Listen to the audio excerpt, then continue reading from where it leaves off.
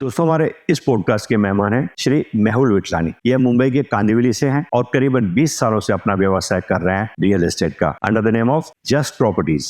ये उसके फाउंडर हैं। ये real estate agents association of Kandivali के प्रेसिडेंट भी हैं। अब ये एनएआर इंडिया में भी जॉइंट ट्रेजरर की भूमिका अदा कर रहे हैं। मेहुल भाई का एक जस्ट स्माइल के नाम से एनजीओ भी है, जहां इन्होंने कोविड से लेकर आज तक बहुत काम किया है। तो आज हम इनसे जानेंगे मलाड, कांदिवली और बोरीवली यानी मक्काबो किस ढंग से यहाँ प्रॉपर्टीज बेची और खरीदी जा रही है, क्या प्राइस पॉइंट्स है, कौन से लोकेशन है, कमर्शियल की क्या सीन है। Every damn thing we are going to talk with mister Mehul विटलानी।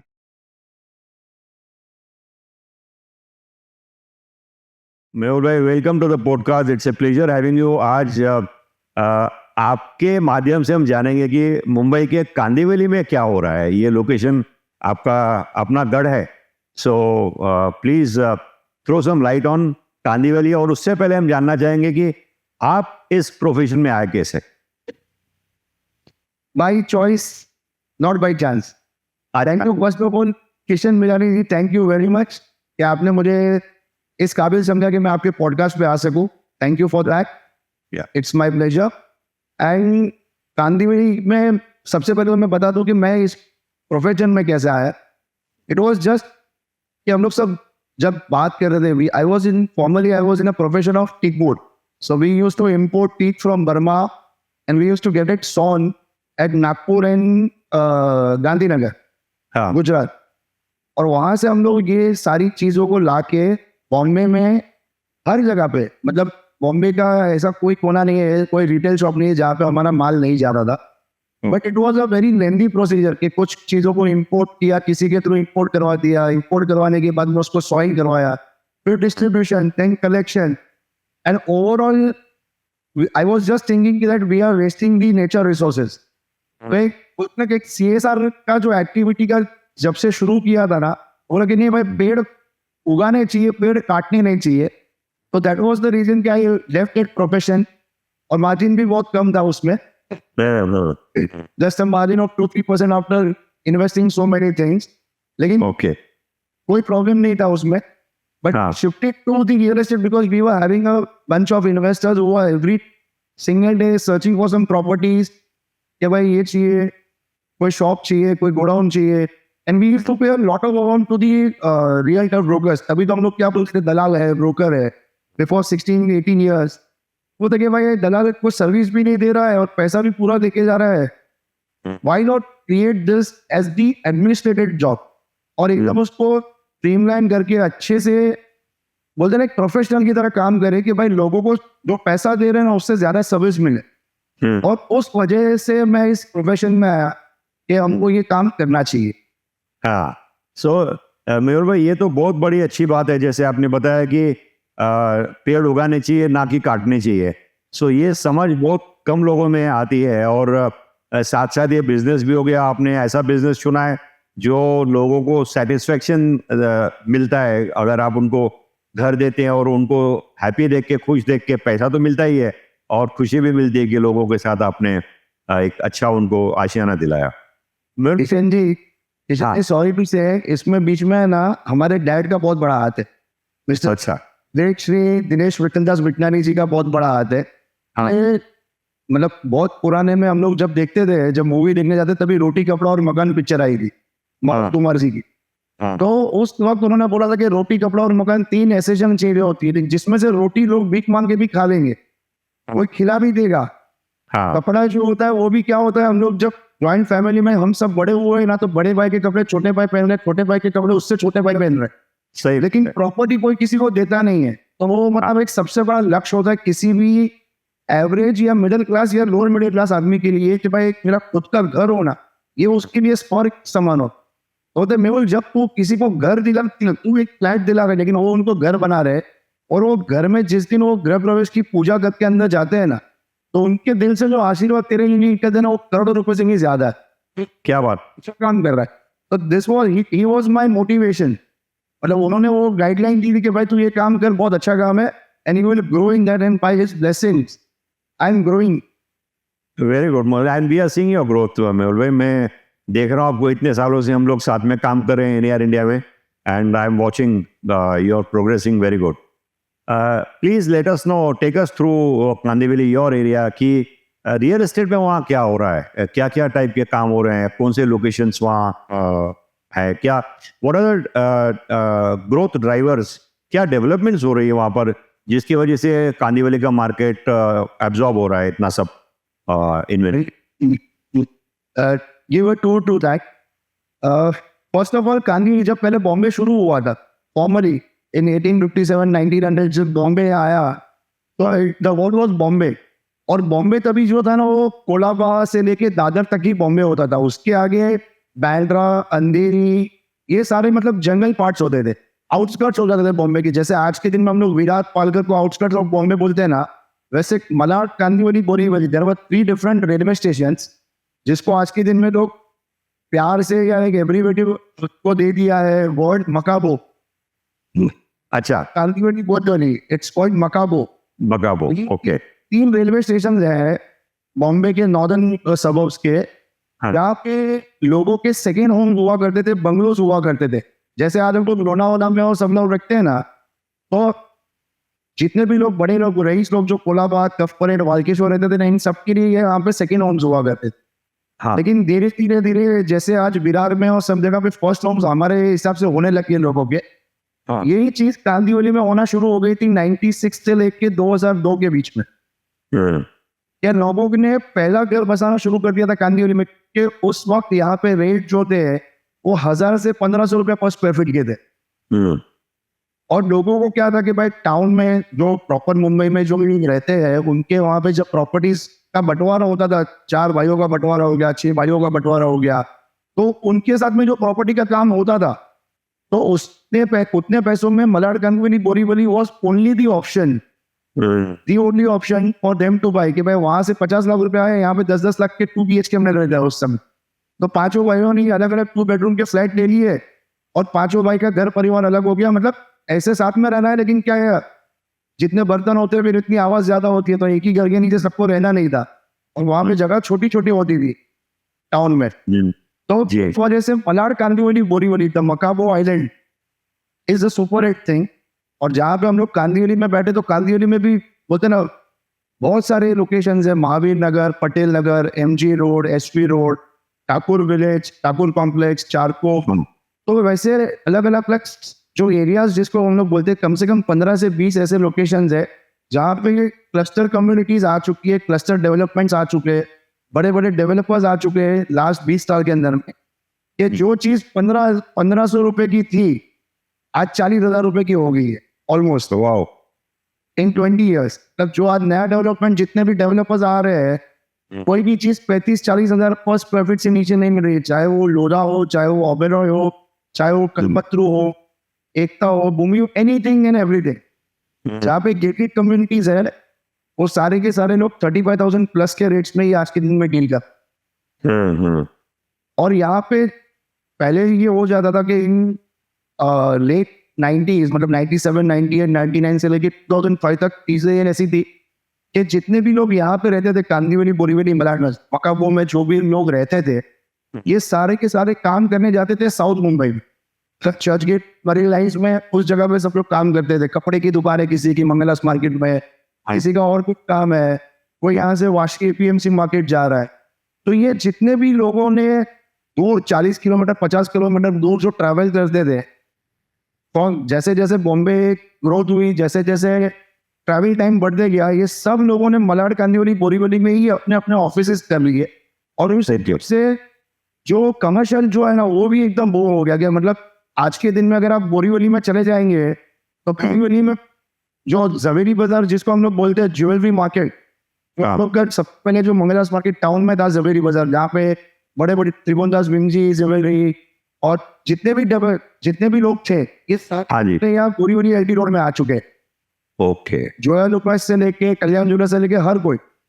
Okay, the customers have shifted the markets to Makabo. Okay, so इसमें मेहुल भाई, just take us around the location. अगर कोई फर्स्ट टाइम होम बायर है, सो और क्या budget में कौन से लोकेशन में रहना is a good thing, because इसमें एक्सट्रीम्स होते हैं। कम बजट वो लो इनकम ग्रुप वाले होंगे, मिडिल इनकम ग्रुप वाले होंगे और हाई इनकम ग्रुप वाले भी होंगे। And I am sure her location में इन तीनों के लिए जगह होती है. सो आप कैन यू डिस्क्राइब कि कौन से लोकेशन में क्या हो रहा है आपके लोकेशन के? अगेन यहाँ पे नॉट ऑफेंडिंग एनीवन, लेकिन बहुत बार ऐसा चीजें हो जाती है कि हम लोग यहाँ पे कहीं रहते हैं. आज अभी कांदिवली में 40,000 रुपीज पर स्क्वायर फीट का रेट देके या 45,000 रुपीज का भी पर स्क्वायर फीट का रेट देके लोग ओबेरॉय में फ्लैट ले रहे हैं. हाँ. वो यही रेट में हमको अंधेरी में भी माल मिल जाएगा. बट हम लोगों को क्या है कि कांदिवली में हम लोग 20-25 साल से आज रह रहे हैं. We don't want to live in Andheri और शो और एनीवेयर. तो उस वजह से हम लोग ये बोलते हैं ना, पिछड़ा हुआ एरिया भी छोड़ के नहीं जाते.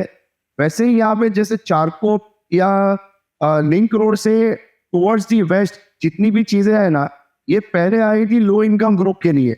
इनफैक्ट कांदिवली लिस्ट में महावीर नगर या पटेल नगर बीच होता है, वो लो इनकम ग्रुप के लिए लोग आते थे. ये स्टेशन से बहुत दूर होता था. हाँ. लेकिन आज के दिन में ये हालत हो गई है सर कि यहाँ पे सबसे ज्यादा रेट्स हो गए. तो जो लो इनकम ग्रुप वाले जितने भी लोगों ने रहने के लिए अपने सर्वाइवल के जो प्रॉपर्टीज ली थी, ये आज के दिन में कांदिवली में सबसे महंगी बिक रही है. Okay okay. हाँ. और सो आप ये बोल रहे हैं कि ये एरियाज अब इतनी बढ़ गई है कि यहाँ पर हाई इनकम वाले भी आके आना पसंद करते हैं और वहाँ रहना पसंद करते हैं. 100% sir. I have seen people shifting from Vile Parle in Andheri with for gated communities. कि आज अंधेरी से लेके टाउन तक अगर आप कहीं पे भी जाएंगे, and if you are buying a 3 BHK flat in an old society, you are not getting a parking. आपको मतलब 10 करोड़ का घर हो या 20 करोड़ का घर हो, मरीन ड्राइव पे चले जाओ, 20 करोड़ का घर है, 25 करोड़ का घर है, घर में 5 गाड़ी है, 5 गाड़ियां पार्किंग कहाँ करते सर? रोड पे. यहाँ पे आप आइए 3 BHK के फ्लैट के साथ में 3 पार्किंग चाहिए, 2 पार्किंग चाहिए. There is ample space of parking. Huge areas, मतलब 5 एकड़ से लेके 50 एकड़ तक में लोगों ने यहाँ पे गेटेड कम्युनिटीज बनाई है, जहाँ पे बड़े बड़े 33 माले के, 40 माले के, 50 माले के, 60 माले के टावर्स आ रहे हैं. तो you are getting a sea view from the higher floor, not only the higher floors, middle higher floors. 15-20 माले से ऊपर से आपको पूरा अरेबियन सी का व्यू मिलता है यहाँ से भी, जो आपको मरीन ड्राइव से मिल रहा है. And not spending a bomb. मतलब अगर अभी आपने सुना होगा बॉम्बे में एक 3-4 दिन पहले एक बड़ी डील हुई 703 करोड़ रुपए की.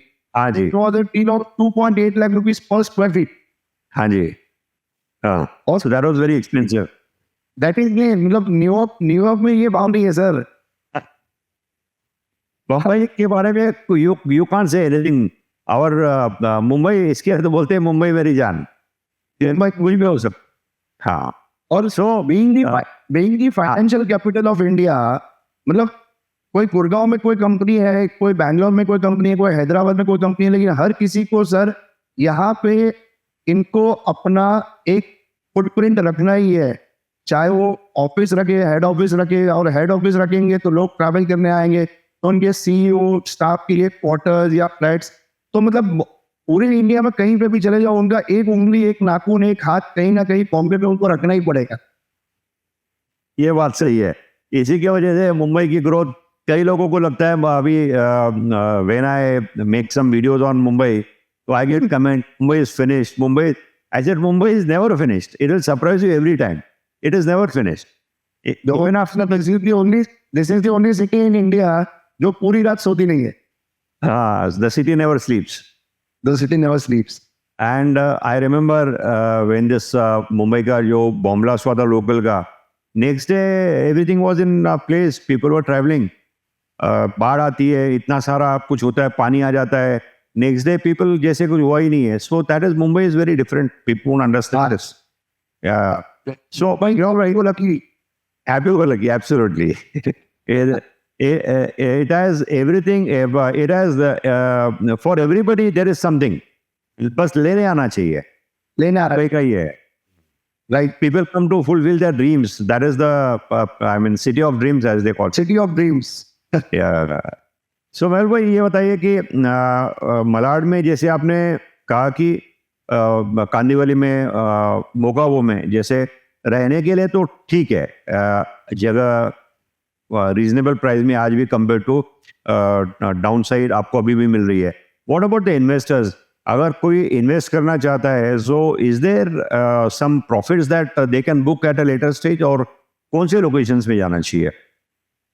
Sir, 100% in Mumbai, if anyone wants to invest, as of today, when we are talking on 1st of June 2025, हाँ। तो हमको सर जी एक ही चीज ध्यान में रखनी है कि जहाँ पे कनेक्टिविटी ज्यादा हो जाएगी उसी जगह के प्राइस बढ़ने वाले हैं। अगर हम लोग आज दुबई में देखते हैं, अगर आज हम लोग हांगकांग में देखते हैं, तो हाँ। जो मेन पार्ट्स थे सिटीज के, मैं जैसे कि डाउनटाउन हो गया या हांगकांग में जहाँ पे उनकी मेंशन हो, जो सारी स्ट्रीट्स है वहां से हाँ। कनेक्टिविटी 20-25 मिनट के डिस्टेंस पे है, या दुबई पे जो भी चीजें बन रही है, तो उसके रेट्स क्यों बढ़ रहे हैं? क्योंकि वहां पे एक बड़ी gated communities, bigger layout for the amenities, for kids, for senior citizens, ये सारी चीजें मिल रही है, और जो काम करने वाले हैं उनको कनेक्टिविटी मिल रही है। तो Yeah. आज अगर मलाड कांदिवली बोरीवली की अगर मैं बात करूँ, मकाबू की अगर मैं बात करूँ, तो यहाँ पे अगर मान लीजिए कि आज अगर मैं जो चीज 40,000 में बेच रहा हूँ और अगर 2,80,000 में वर्ली बिका है, हाँ। तो शायद आज मैं बोलूंगा तो ये लगेगा कि भाई मलाड कांदिवली बोरीवली की तारीफ कर रहा है, लेकिन लाख रुपए स्क्वायर फीट पे या 1.25 लाख स्क्वायर फीट पे आज से 5-10 साल बाद अगर कांदिवली में कोई फ्लैट करेगा तो कोई बड़ी बात नहीं होगी। कोस्टल रोड जो आपका मरीन ड्राइव से निकल रहा है, नरीमन पॉइंट से निकल रहा है, वो कांदिवली मलाड बोरीवली होते हुए वही जा रहा है। बिल्कुल। इनफैक्ट आज भी मैं अगर कब परेड गया था तो मुझे सिर्फ 55 मिनट्स लगे कांदिवली से वहां पहुंचने के लिए, जबकि कोस्टल रोड बांद्रा से शुरू हो रहा है। अगर यही कोस्टल रोड मेरा अंधेरी और मलाड कांदिवली बोरीवली तक आ गया तो मेरी और 20 मिनट कम हो जाएगी। So which is a very big thing कि ये पहले नहीं था। मुंबई में पहले ट्रैफिक कंजेशन और जैम्स इतने लगते थे कि लगता था कि मुंबई में जाना मतलब जैम्स में जाना। लेकिन ये जो भी अचानक से इतना सारा बदलाव हुआ है, इतना इंफ्रास्ट्रक्चर पे गवर्नमेंट ने फोकस किया है, which is a very very heartening thing. बहुत सारे नए प्रोजेक्ट्स बन रहे हैं वहाँ। 10 metro lines in MMR region are coming, जिसमें से अभी 3 शुरू हो चुकी है। यहाँ पे ये पोजीशन हो जाएगी सर जी कि आप बॉम्बे में से, बॉम्बे, थाने, कल्याण में से कोई भी कोने में अगर आपको जाना है कांदिवली से, you will be 55 minutes away, you will not Very good. Take an hour. Secondly, अगर हम लोग आज के दिन में बात करें, जितनी मेट्रोज बन रही है सारी कांदिवली से होके गुजर रही है, मलाड कांदिवली बोरीवली से होके गुजर रही है। We are getting connecting metros for the central suburbs, or BKC even metro has started, or town Worli metro has started. Now the next future of Malad Kandivali Borivali will be because of the tunnel which has been built under the national park to connect Thane from Borivali. या So Borivali से थाने आज मुझे अगर 1.5 घंटा लग रहा है, अगर मुझे जाना है तो I have to go through the Ghodbunder road, और I have to use the RMH colony road और the JVLR Jogeshwar colony link road. ये चीज मुझे नेशनल पार्क के नीचे से टनल से जाऊंगा, मैं 10 मिनट में थाने पहुंच जाऊंगा। तो मुझे यहाँ से पुणे में काम करना है, मुझे यहाँ से कल्याण भिवंडी में काम करना है, हाँ, तो 10 से 15 मिनट में मैं थाने पहुंच जाऊंगा यहाँ से। एंड बहुत बढ़िया। हाँ, आज जितने भी बड़े बड़े, आज अगर आप मान लीजिए कोई भी बड़ी कंपनी, सीमेंस, गोदरेज, अमेजोन, सबके वेयर हाउस कहाँ पे है? सारे भिवंडी में है। भिवंडी में। फैक्ट्रीज कहाँ पे है? वसई में है, या बेलापुर में है, या CBD एरिया में है, वाशी के साइड पे, सांपवा और जगह पे। तो मेरे लिए वो कनेक्टिविटी कितनी फास्ट हो जाएगी, living in my own caste and community. मतलब मेरे जो सारे परिवार है, अभी आप सिंधी हो और आपके अगर 2000 सिंधी एक ही जगह पे रह रहे हैं, और आपको वहां से अगर कनेक्टिविटी मिल रही है अपने बिजनेस के लिए 20-25 मिनट के लिए, तो आप वो एरिया छोड़ के नए एरिया में क्यों जाओगे? सही बात है। It is about community living. Yes. Family है, सब परिवार वाले आज 25-30 साल से एक जगह पे रह रहे हैं, and the market is growing. मतलब समझ ही नहीं पा रहा है भाई, लीप्स एंड बाउंड। मतलब ये हो जाएगा कि आज ले लो वरना कल नहीं मिलेगा तो क्या करेंगे, ये हालत होगी कितने प्रोजेक्ट में। मेहुल भाई, अफोर्डेबल एरियाज में प्राइस पॉइंट क्या है? जैसे आपने बोला कि 40-45,000 आजकल गेटेड कम्युनिटी में ऑन द हायर साइड हो गया है। On the lower side, if a person from a LIG और a lower middle class level wants to come there, क्या प्राइस पॉइंट्स में आ सकते हैं वो? 15,000 to 18,000 is the lowest price in Malad Kandivali Borivali. Okay. 15,000 to 18,000 till the residential goes up to 45 to 50,000. इन ओबेरॉय अगर हम लोग बात कर रहे हैं आज के दिन में, ओबेरॉय जो बोरीवली ईस्ट में बन रहा है, हाँ, तो वहाँ पे 50,000 रुपए स्क्वायर फीट तक का रेट जा रहा है ऑल इंक्लूसिव पैकेज में अगर हम लोग किनते हैं। हाँ, तो मतलब लोअर इनकम वाले भी जो है वो भी बोल सकते हैं कि I am living in Kandivali, I am not living in India road, और I am not living in Virar. हाँ, कि भाई मैं बॉम्बे की सरहद के अंदर रहता हूँ भाई। हाँ। और ये जो 15-20 हजार का जो आप प्राइस पॉइंट बोल रही है, कौन से लोकेशन में मिलेगा? So this is Malad West, Malwani, charcoal, Kandivali east में और बोरीवली ईस्ट में कुछ एरियाज ऐसे हैं जहाँ पे SRA के जो बिल्डिंग्स बने थे और उनके साथ में जो टेनेंट्स के साथ में जो सेल बिल्डिंग बनी है वहाँ पे ये सारी चीजें मिल जाती है। ओके, जितने भी मतलब बड़े 5 एकड़ 10 एकड़ 15 एकड़ के जो भी स्लम्स हटा के जो बिल्डिंगें बन रही है ना वहाँ पे अफोर्डेबल रेट्स चीजें मिल जाती हैं। मिल जाती हैं, ठीक है। हाँ, 16,000, 18,000, 19,000, 20,000 is the max for those locations. Okay, और वहाँ पे भी अच्छी चीज, मतलब वहाँ पे भी गेटेड कम्युनिटी मिलती है, लेकिन ये होता है कि भाई बाजू में स्लम वालों की बिल्डिंग है या बाजू में और कोई चीज है, कोई शमशान आ गया या पिछला आ गया, हाँ, तो वो बेर पे हाँ वो थोड़ा बहुत 19.5-20 चीज होती है, but property as good as the 40,000 रुपए। कि अगर लोकेशन चेंज होता है और उस लोकेशन चेंज होता है, नेबरहुड चेंज होता है, दैट इज व्हाट एग्जैक्टली। हाँ, लेटर है स्कूल में पढ़ाई वही होने वाली है, लेकिन ये होता है कि भाई जब आप हार्वर्ड में जाते हो तो आपको हार्वर्ड की थिंकिंग वाले लोग मिलते हैं, और आप म्यूनसिपल स्कूल में जाओगे तो वो थिंकिंग वाले लोग मिलेंगे। वहाँ पे वो रोज 200 रुपए के लिए मेहनत करो, यहाँ पे रोज 2,000 का पेट्रोल फूक रहा है। सही है। मेहुल भाई, let us know more about the commercial properties in these areas. जैसे रिटेल का भी आई एम श्योर डिमांड काफ़ी होगी, कई ब्रांड्स और आ भी चुके होंगे और कई आ भी रहे होंगे। उसके अलावा ऑफिस का क्या सीन है वहाँ पर ऑन बोथ साइड्स, रेंटल और आउटरेंट के लिए? So I start with the offices. जहाँ पे कमर्शियल अगर ऑफिसेज है, मान लीजिए कि कोई छोटा सा बोलते ना एक शॉपिंग सेंटर जैसा कुछ बना है, तो शॉपिंग सेंटर के अंदर में किशन जी ये हो जाता है कि भाई 25,000 30,000 रुपए से पर स्क्वायर फीट से लेके हाँ 35,000 तक में हम लोगों को चीजें मिल जाती है फॉर सेल। हाँ For sale.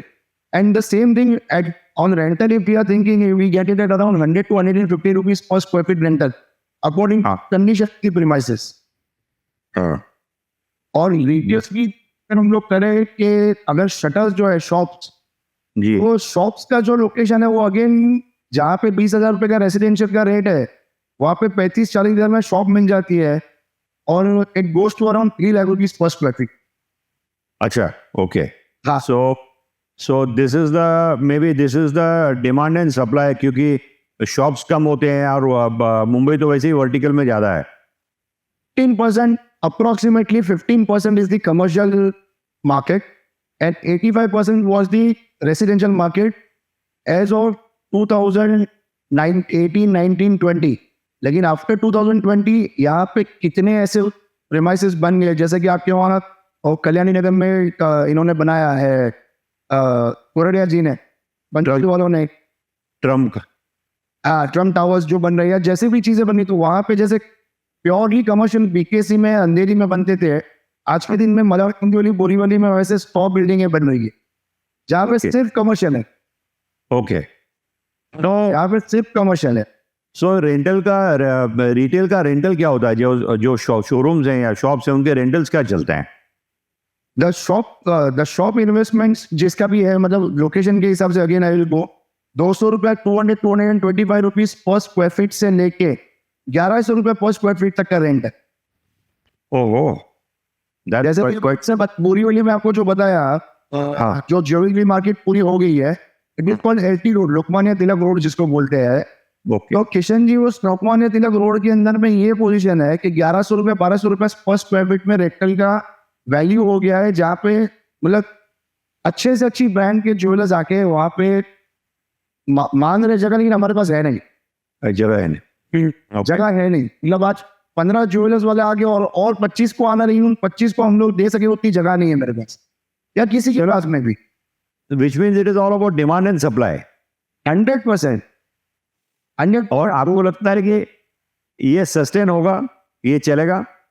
100% चलेगा, 100% चलेगा सर, क्योंकि मैं बोल रहा हूँ जो 3 लाख रुपए पर स्क्वायर फीट की जगह है और उसका सिर्फ 1,000-1,100 रुपया रेंट आ रहा है, तो इवन ही नॉट अर्निंग 4%।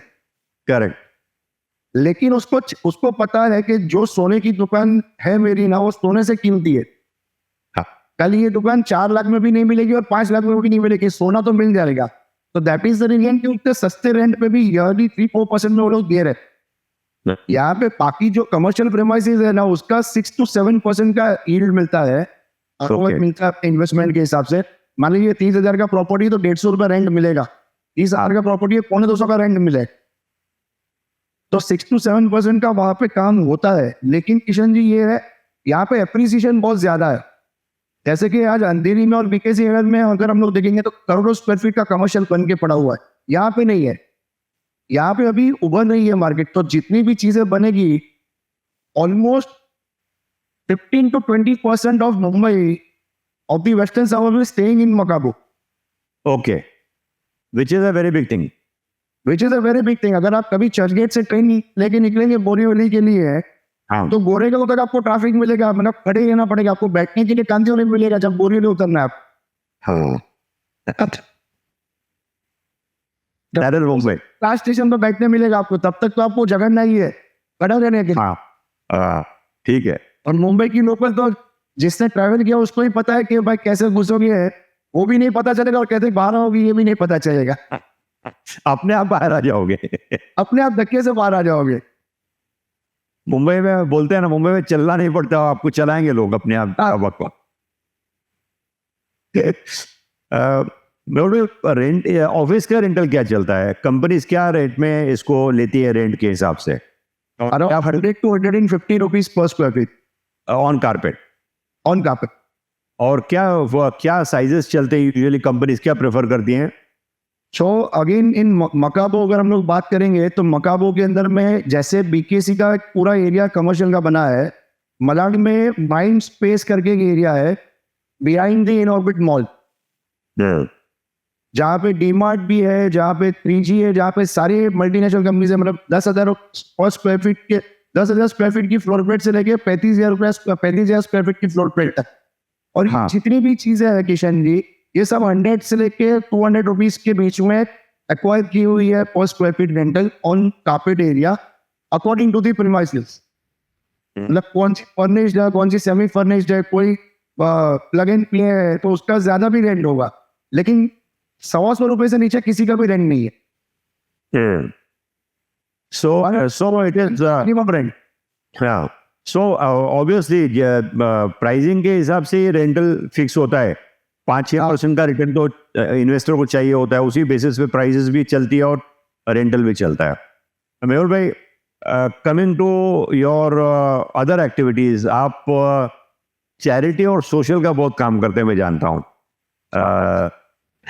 उसके बारे में आपको बताइए, because this is very very inspiring.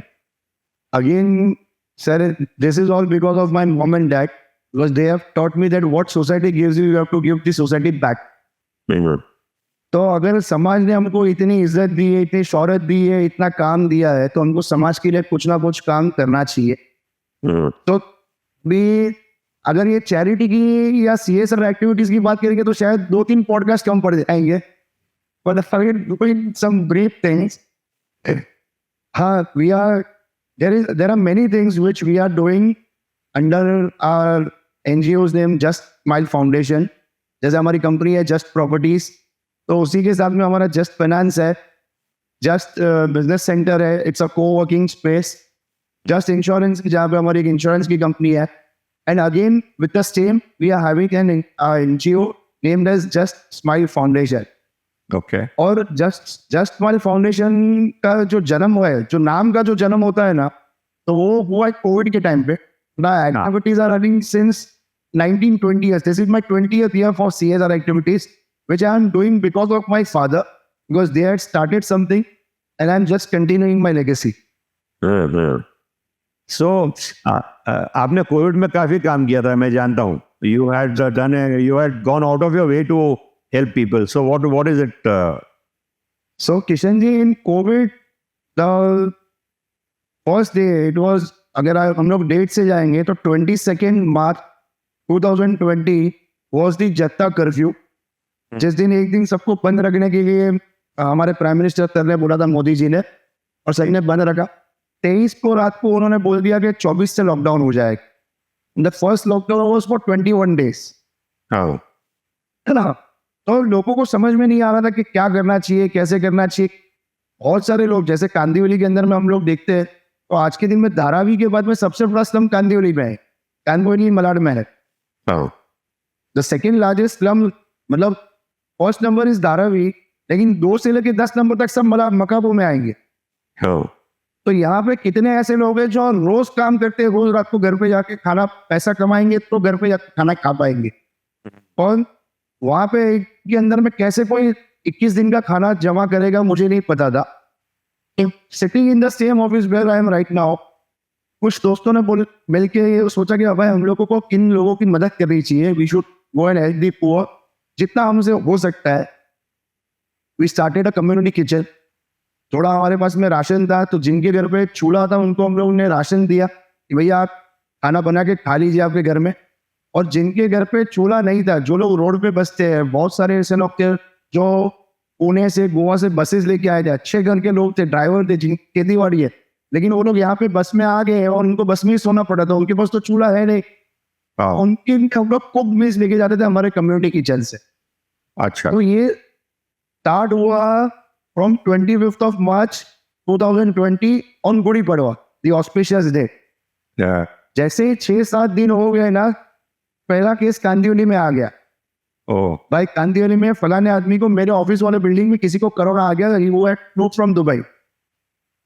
तो जितने भी साथ में जितने भी दोस्त यार थे, सारे लोगों ने बहुत अच्छा काम किया। बोलते हैं मेहुल अपना सेवा बहुत हो गया, अभी हमने को इसको बंद करना चाहिए और अपने को घर पे बैठना चाहिए। मतलब देखो भाई, आप लोगों की जो बात है ना एकदम सही है, I agree with you all, क्योंकि आपके घर पे आप अकेले हो, आपके मम्मी पापा, आपकी वाइफ, आपके बच्चे, सब की जिम्मेदारी लेने के लिए आप अकेले हो। मेरे पास प्रॉब्लम ये है कि मैं और मेरा भाई 2 लोग हैं हमारा परिवार का ख्याल रखने के लिए। तो मैंने मेरे भाई को तो घर पे बिठा के रखा है, मैं लड़ रहा हूँ, जब तक है जान हम लड़ते रहेंगे। और भगवान का नाम लेके हमने शुरू किया, and about 102 days till the second unlock 1, unlock 2. The unlock 1 was unlocked 8th of June, 2nd July was the unlock 2. So 102 days I was in slums with the police officials, the BMC officials, distributing food grains, distributing cooked food, distributing water bottles, masks, nutrition foods, protein bars. जो चीज मिलती थी वो मैं बांट देता। मतलब किशन मितानी साहब की अगर स्लीपर की फैक्ट्री थी और बहुत सारे लोग यहाँ से पद यात्रा करके अपने अपने गांवों तक जा रहे थे, Oh. माइग्रेट लेबर्स जो जा रहे थे, क्योंकि चीजें क्या होती थी जिनके पास में, इट वाज थोड़ी सी दुख की बात होती थी कि भाई जिसके पास में कहीं का आधार कार्ड है तो उसके वहां के लोकल लोग आके उनको आधार कार्ड देखते थे, उनका एड्रेस देखते थे, उनको आके राशन देके जाते थे। फिर उनके पास में 4-5 जगह अलग अलग जगह से राशन आ जाता था। अच्छा। जिनको उनका काम था उनको राशन आ जाता था। Okay. लेकिन जिनके पास में बॉम्बे में रहते थे और हैदराबाद का राशन कार्ड है, किसी के पास यूपी का राशन कार्ड है, किसी के पास बिहार का राशन कार्ड है, राजस्थान का राशन कार्ड है, इन लोगों को राशन यहाँ से नहीं मिलता था। तो वैसे लोगों की करीब करीब हम लोगों ने लिस्ट बनाई थी 80,000 फैमिलीज की, सिर्फ मलाड बोरीवली में, My God. स्लम्स में रहते थे। Okay. और उन लिस्ट को फॉलो करके जिनके पास में महाराष्ट्र का, मुंबई का आधार कार्ड नहीं था, वैसे करीब 38,600 फैमिलीज को हम लोगों ने राशन प्रोवाइड किया इन 102 दिन में। Again from the dates 4th May 2020, our dear President, Prime Minister Narendra Modi ji had declared 1 nation 1 ration card. कि मतलब यूपी के राशन कार्ड पे आपको महाराष्ट्र में खाना मिल जाएगा, लेकिन तब तक हम लोग 21,000 से प्लस क्रॉस कर चुके थे। और बाकी लोगों को भी दिक्कत आ रही थी वहां पे लाइन में जाने के लिए, या पहुंच नहीं सकते थे। We served around 38,600 and odd figure with food grains, जहाँ पे सारी चीजें उनको पल्सेस वगैरह सब कुछ हम लोग राइस वीट सब सप्लाई करते थे। उसके बाद में करीब 1,16,000 हमारे कुक्ड मील्स हम लोगों ने डिस्ट्रीब्यूट किए थे उस टाइम पे। एक थॉट आया था दिमाग में कि भाई जितने भी लोग रोड पे रहते हैं आज के दिन में, जो भी बेगर्स जितने भी लोग होते हैं, इन लोगों को कोई भी दुकान में से पानी मिल जाता है पीने का, लेकिन उन दिनों में दुकानें बंद थी, पानी मिलता नहीं था। तो thanks to social media, thanks to Facebook, thanks to WhatsApp, society groups, जितने भी लोग थे जो सोशल मीडिया पे एक्टिव थे, इन लोगों के पास में हमने सिर्फ रिक्वेस्ट की कि क्या होता है ना, जितने भी upper lower middle class, upper middle class जितने भी लोग हैं, ये सारे के सारे इन लोगों के घर में ना एक ट्रेंड हो गया सॉफ्ट ड्रिंक पीने का। हाँ मतलब अगर मान लीजिए आपके घर पे आपके बच्चे हैं, आपके पोते पोती है, कोई भी है, तो अगर वो सैंडविच खा रहे, पिज्जा खा रहे, पास्ता खा रहे, पाव भाजी खा रहे, तो उनको Thums Up Coke diet Coke कुछ ना कुछ चाहिए। हम्म। और द ड्रिंकर्स, अगर कोई विस्की पी रहा है तो सोडा डालेगा, हाँ। कोई वोडका पी रहा है तो स्प्राइट को यूज करेगा।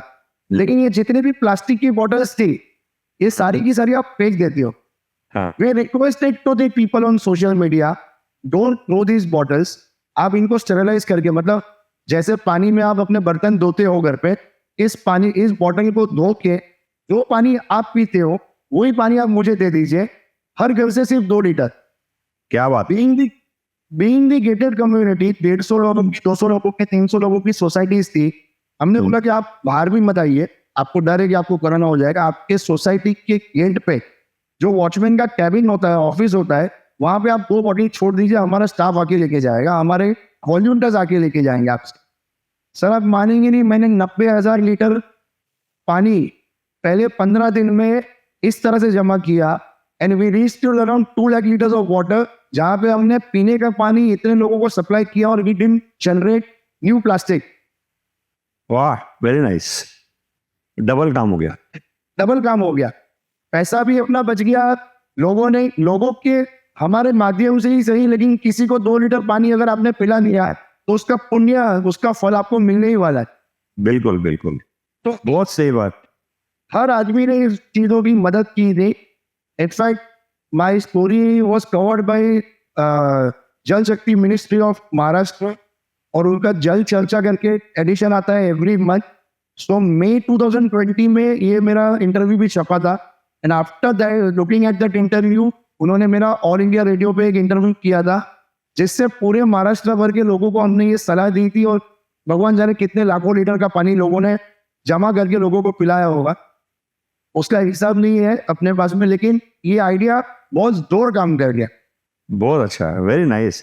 देखिए, एक आइडिया कोई दिमाग में आ जाता है और लोग उसको सही ढंग से, अगर सही मायने में यूज करना चाहते हैं, तो उसका फायदा कितने लोगों को पहुंच सकता है जरूरत में। 100%। बहुत बढ़िया। टाइम जैसे मैंने आपको पता है, किशन मिलानी जी की स्लीपर्स की फैक्ट्री है। अभी मुझे पता है कि मार्केट में अगर स्लीपर लेने जाते हैं 70-80 रुपए की आती है, होलसेलर को वो 36-35 रुपए में पड़ती है, लेकिन कॉस्ट प्राइस उसकी 6-7 रुपए है। ठीक है। तो हमारे कोई फैक्ट्री वाले दोस्त थे, उनको मैंने बोला भैया ऐसा जरूरत है, आपको स्लीपर देने पड़ेंगे हमको, तो अगले ने 6,000 जोड़ी चप्पल निकाल के दे दी हमने वहां से।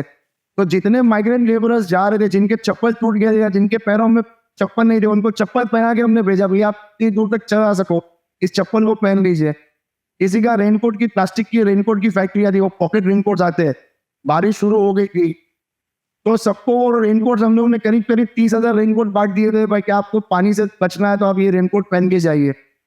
अभी जितने भी हमारे कोविड वॉरियर्स थे, हाँ डॉक्टर्स, स्टाफ और बीएमसी स्टाफ, पुलिस ऑफिसर्स, इन सब की इम्यूनिटी बरकरार रखने के लिए कोई बंदे थे जिन्होंने प्रोटीन बार इंपोर्ट किए थे। अभी उनके लिए वो प्रोटीन बार की पोजीशन ये हो गई थी कि उनका कंटेनर आ गया और उनके पास में करीब 2 lakh pieces of protein bar थे।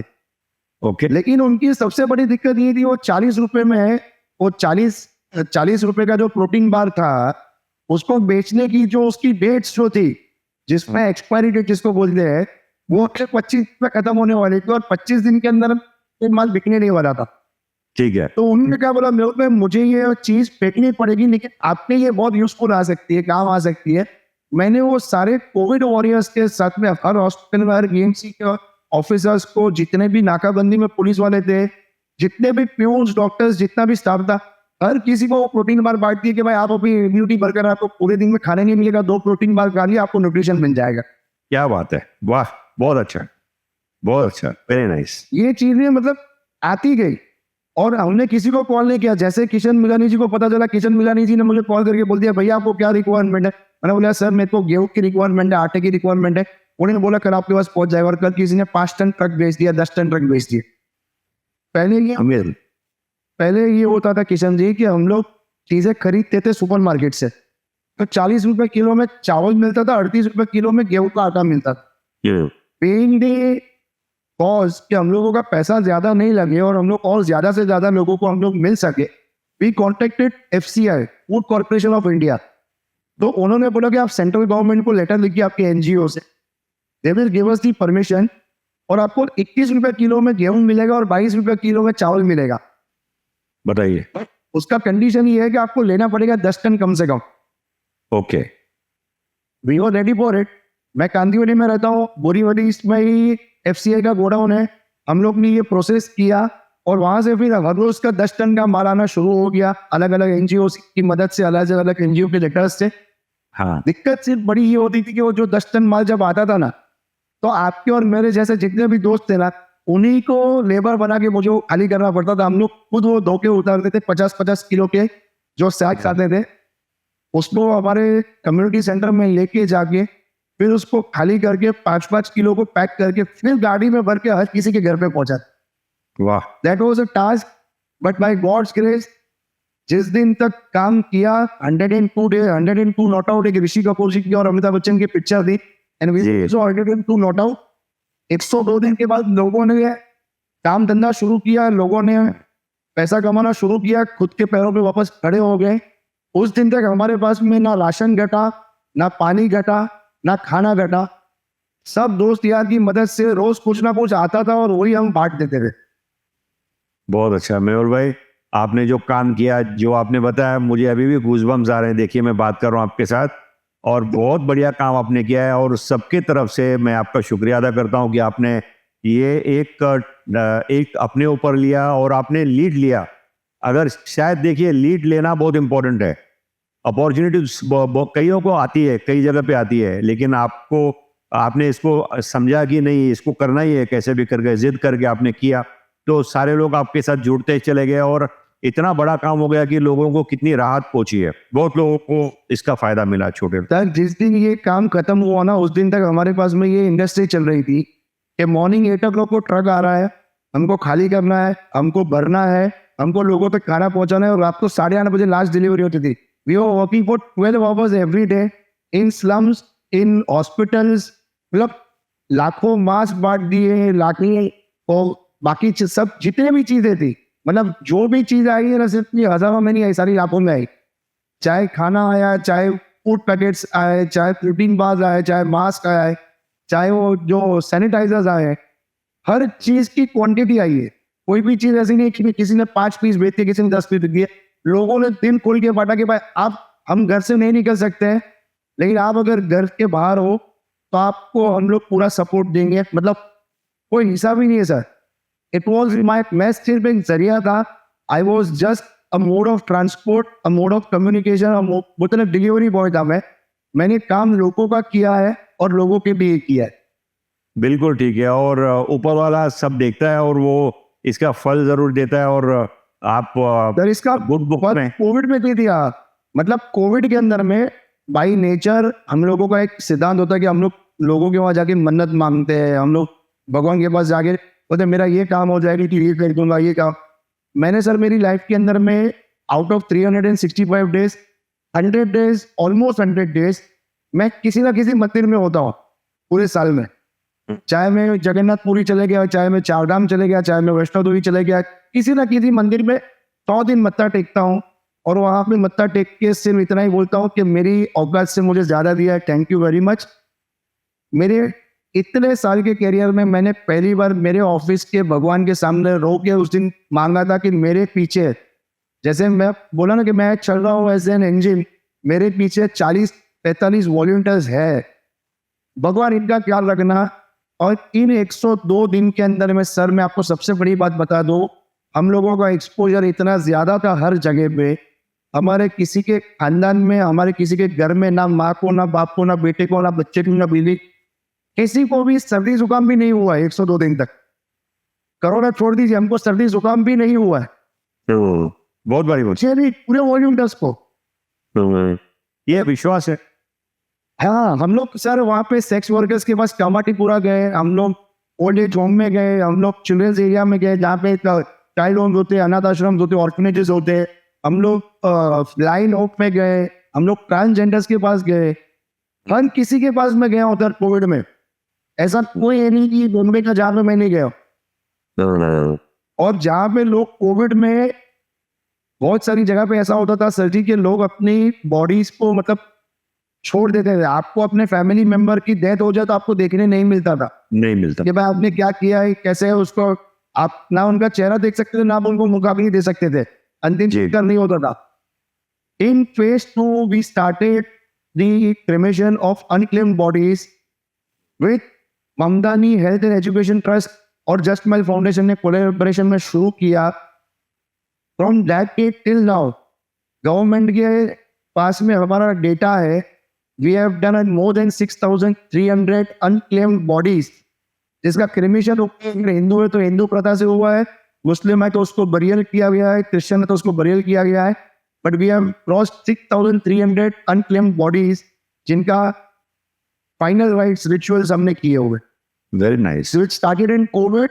महीने की 80, 85, 90, 100 बॉडी की एवरेज आती है उस दिन से लेके आज तक। जो बहुत बड़ी बात है। शहर में जाते थे, हिंदुस्तान में जाते थे, अभी तो टीम जाती है, एम्बुलेंस हमारी जा रही है, सब चीजें हो रही है। बहुत अच्छी बात है मेहुल भाई। रियल एस्टेट करते करते देखिए आपने एक सोशल का एक नया जरिया आपने देख लिया जिससे आपको सेटिस्फेक्शन भी बहुत मिलता है और दुआएं भी बहुत मिलती है। 100%। मेहुल भाई हम वापस आएंगे अपने कोर मुद्दे पे ऑफ रियल एस्टेट। आपने एसोसिएशंस में बहुत काम किया है, आप प्रेसिडेंट है कांदिवली एसोसिएशन का। इसके बारे में ज़रा बताइए कि क्या एक्टिविटीज़ होती हैं और क्या इसका क्या आपको बेनिफिट हुआ है अपने बिजनेस में और क्लाइंट्स को इसका क्या बेनिफिट होता है? I will start with the name of the association, Real हाँ. Estate Agents Association of Kandivali, which is also known as REAK Mumbai. So REAK Mumbai जो संस्था जो एसोसिएशन है हमारा, वो it is a 22-year old association. ये 22 साल पहले जब एसोसिएशन चालू हुआ था तो वहाँ पे कुछ ग्रुप ऑफ मेंबर्स थे, जैसे आपने you are the founder member of NAR India. Some group of peoples had a vision कि भाई एक एसोसिएशन बनाना चाहिए जहाँ पे लोग एक दूसरे से मिलेंगे, काम करेंगे, एक दूसरे के साथ बिजनेस बढ़ेगा, दोस्ती बढ़ेगी, भाईचारा बढ़ेगा। इसी थॉट को ये लेके ये एसोसिएशन चालू हुए थे। इन 2019 I contested in the election, and in 2019 I was elected as the president for the first time. So since 2019, 21, 23, 25, and now 25, 27, I am the president for the 4th consecutive term. शायद इसकी हो गई है, ना भूतो ना भविष्य। शायद ऐसा होगा नहीं वापस, क्योंकि कुछ ना कुछ टर्म्स चेंज कर देंगे कि भाई मेरा रिकॉर्ड कोई तोड़ ना सके। बट नहीं, ऐसा नहीं है। लोगों का प्यार था। 300 लोगों की एसोसिएशन है सर, और इन 300 लोगों की एसोसिएशन में अगर एक आदमी को प्रेसिडेंट बनाते हैं तो उनका बहुत सारा विश्वास होता है, उनका बहुत सारा भरोसा होता है उस आदमी पे कि ये हमारे लिए करेंगे।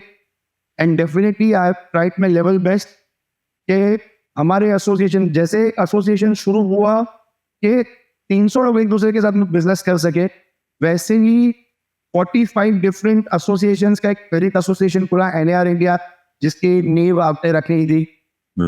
और वहां पे लोग आज हजारों रियल्टर्स, हजारों ब्रोकर्स एक साथ में एक छत के नीचे, एक अम्ब्रेला के नीचे काम कर रहे हैं एक दूसरे के साथ में।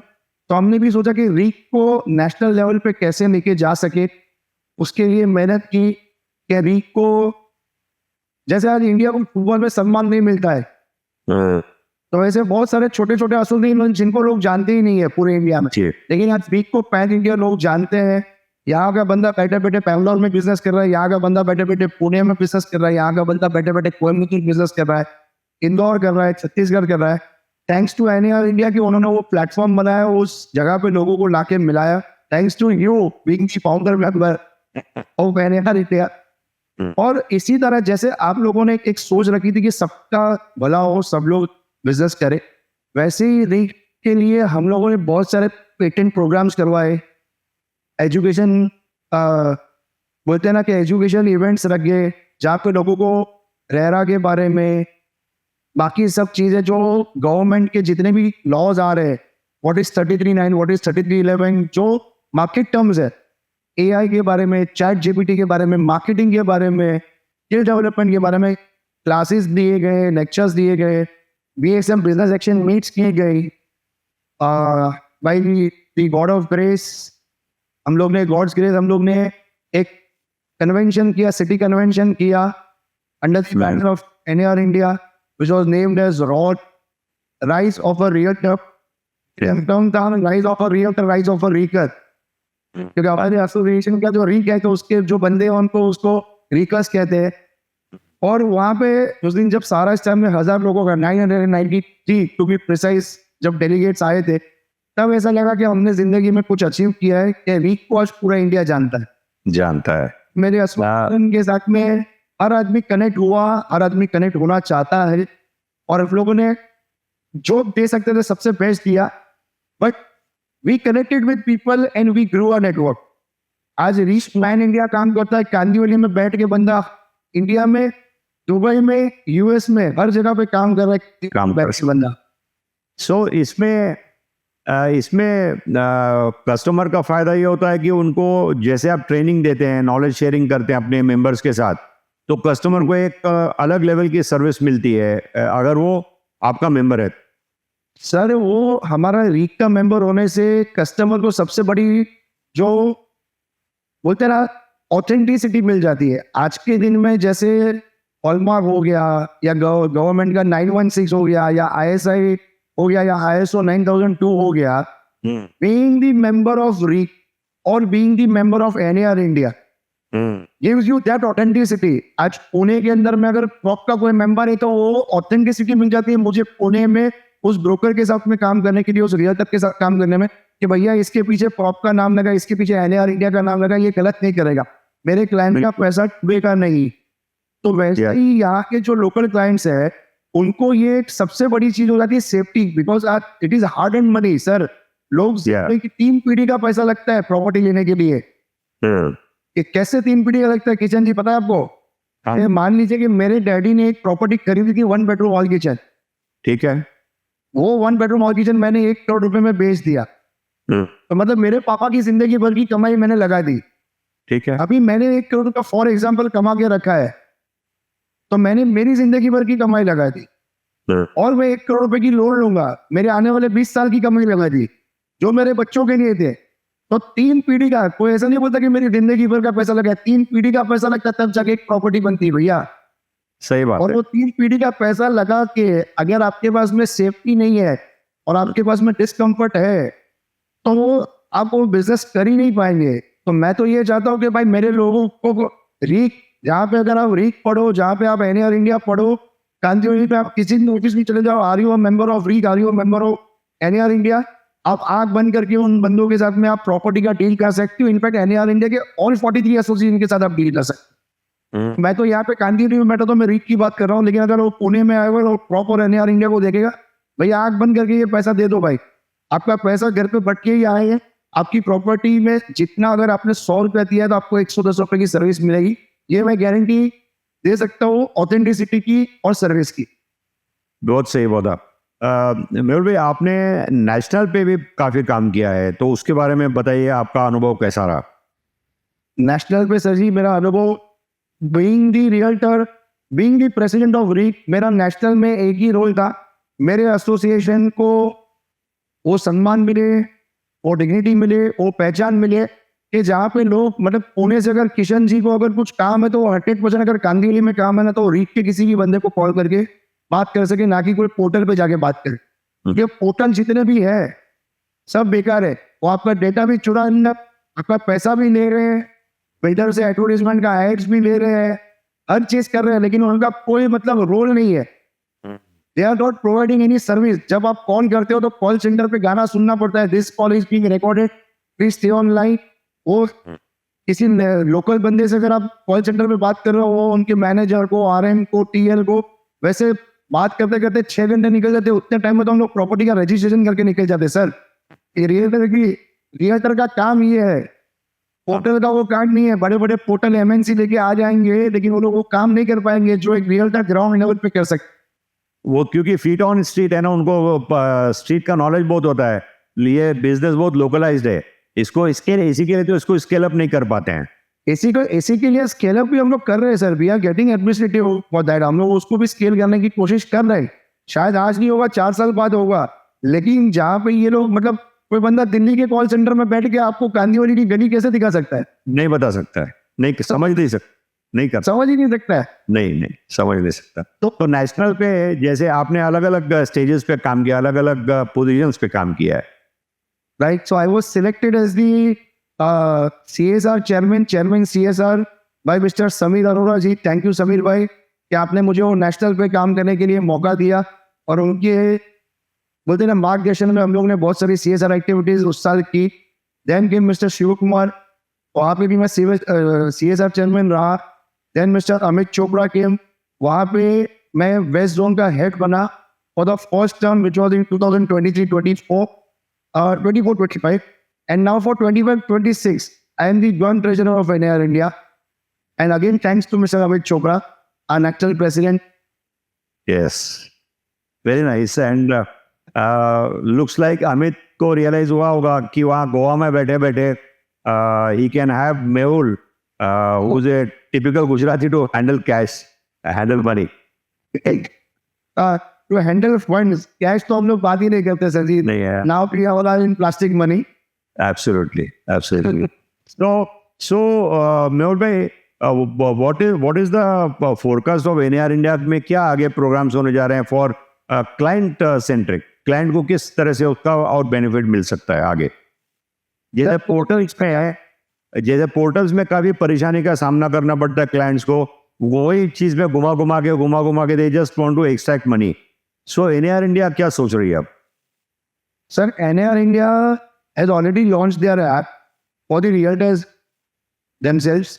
हाँ, दूसरी चीज सर जी, NAR इंडिया की ये होगी कि आज अगर मेरे किसी बंदे को, जो मेरा बंदा मुझ पे ऑथेंटिसिटी से भरोसा कर रहा है, हर किसी के पास में एक फैमिली डॉक्टर होता है, एक फैमिली टेलर होता है, आपका डिजाइनर जो आपके कपड़े सीता है जी, आपके हर मतलब 90% लोगों के पास में ये होता है कि भाई मुझे कपड़े लेने यहाँ जाना है, मुझे बाल कटाने यहाँ जाना है, मुझे शेव करने यहाँ जाना है, जब लेने यहाँ जाता। सही। वैसे ही हम लोग फैमिली मेंबर्स हो जाते हैं, उनके एक फैमिली कंसल्टेंट हो जाते हैं प्रॉपर्टीज के लिए। पहले लोग दलाल बोलते थे, ब्रोकर बोलते थे, देन लोग चाइल्ड पार्टनर बोलना शुरू किया। Now NCA has given us a new term of ambassadors। तो उनको भी पता है कि 70-75% माल जो है वो ब्रोकर्स बेच रहे हैं, तो इनको इज्जत नहीं देंगे तो नहीं चलेगा। तो we at NAR India call ourselves as realtors। और एक realtor, we are the family realtor. तो अगर जो बंदे को, अगर मान लीजिए किसी रिटेल क्लाइंट का है, हमारे पास में कोई गोल्ड वाला है जिन पैन इंडिया शॉप्स करनी है, और उनको मेरा नेचर जम रहा है, मेरा बिजनेस स्टाइल जम रहा है, बिजनेस सेंस जम रहा है, मेरी सर्विस तो समझ में आ रही है, और क्या बोलेगा मेहुल भाई आप ही मेरे को ढूंढ के दो, अगर आपके पास में NAR इंडिया इतना प्लेटफॉर्म है तो भैया कौन कौन से लोकेशन में चाहिए? भैया मुझे FC रोड पे पुणे में चाहिए, मुझे फलाने रोड पे इंदौर में चाहिए, मुझे शिवानी रोड पे बैंगलोर में चाहिए। भैया मैंने अपने भाइयों को कॉल लगा दिया, NAR के जो बंदे हैं हमारे, जो हमारे टीममेट्स हैं, जो कलीग्स हैं, उनको कॉल लगा दिया। The best properties they have given us, we have shortlisted them, we have done deals, and the authenticity and trust जो मेरा क्लाइंट मेरे ऊपर कर सकता है ना, उतना ही ऑथेंटिसिटी और ट्रस्ट मैं आपके ऊपर कर सकता हूँ, मेरे NAR इंडिया के किसी भी भाई पे कर सकता हूँ। तो क्लाइंट के लिए ये हो गया कि भैया वो डील कांदियानी में बैठे बैठे पूरा इंडिया की कर रहा है मेरे साथ। कांदियानी में बैठे बैठे वो दुबई का माल मुझसे खरीद रहा है कि भाई नहीं भाई ये बच्चों तो काम अच्छा ही है, जब लगाएंगे हमारा पैसा डूबेगा नहीं। We know the due diligence on, मतलब जो लेवल पे बैंक वाले काम करते हैं किसी जगह पे लोन देने के लिए, उनसे ज्यादा ड्यू डिलिजेंस एक लोन वाले एक रियल्टर करता है ग्राउंड लेवल पे। हमने ठीक है, जगह पे देखा है कि एक ही फ्लैट 2 लोगों को किसी डेवलपर ने बेच दिया, 3 लोगों को किसी डेवलपर ने बेच दिया। बहुत कम डेवलपर ऐसे काम करते थे, लेकिन हुए हैं ऐसे। बहुत बार ऐसा हुआ है कि एक ही फ्लैट के डॉक्यूमेंट पे 3 अलग अलग बैंकों ने लोन दे दिया है। हाँ, ये भी आपने सुना होगा। हाँ जी, बिल्कुल सुन। ये भी सुना होगा। तो मतलब 3 अलग अलग लोगों का लिटिगेशन एक प्रॉपर्टी पे हो गया, बाय डेवलपर और बाय बैंक। लेकिन कहीं सुना कि किसी रियल्टर के से ये गलती हुई नहीं हुई, तो भाई की खाल निकाल के हम लोग सोचते हैं। बिल्कुल, हमको भी पता है ना किसी का हार्ड एंड मनी, और हमारे अगेन हमारी ब्रोकरेज क्या है sir, what is the service charge? 2%, 3%। तो अपने 2 रुपए के लिए अगर सामने वाला 100 रुपया डालेगा तो मुझे 2 रुपया मिलेगा, तो मेरे 2 रुपए के लिए किसी का 100 रुपया नहीं डुबाना है ना, ये सबसे पहला मंत्र हमारे ऑफिस में लोगों को सिखाया जाता है। 2 रुपए के लिए किसी का 100 रुपया नहीं डूबना चाहिए। तो उस वजह से NAR इंडिया की वो ऑथेंटिसिटी है कि जहाँ पे सब लोग काम कर सके, और जैसे दूसरे प्रॉपर्टी पोर्टल्स है वैसा बड़ा portal we are in a plan कि एनआर इंडिया में शायद 2026 में या 27 के फर्स्ट क्वार्टर तक आ जाएगा, कि जहाँ पे पैन इंडिया के कस्टमर्स एनआर इंडिया के रियल्टर्स से डायरेक्ट कनेक्ट कर सकते हैं और अपनी प्रॉपर्टीज के लिए बात कर सकते हैं। तो ये पूरा जेन्युइन हो जाएगा अगर ऐसा हुआ, तो that will be genuine, because ये जो एनआर इंडिया के मेंबर्स होंगे वो तो ऑथेंटिकली कनेक्टेड है उस पर्टिकुलर प्रॉपर्टी से, उस पर्टिकुलर लोकेशन से। 100% ग्राउंड रियलिटी उनको पता है। यहाँ पे बैठे बैठे मैं दुबई में बोल दूंगा 50 माले की बिल्डिंग बनी है, सर आप आ जाओ 25 माले बन चुके हैं, लेकिन जहाँ पे वो बंदा खड़ा है उसको पता है कि नहीं भाई यहाँ पे तो प्लेन भी नहीं निकली है, ये झूठ बोल रहा है। जी, यहाँ पे मार्केटिंग वाले लोग नहीं होंगे ना सर, वो पेड़ पगार वाले लोग नहीं होंगे जो MBA करके कॉल सेंटर पे, हाँ सर बहुत अच्छी चीज है, आप आके देखिए लोकेशन।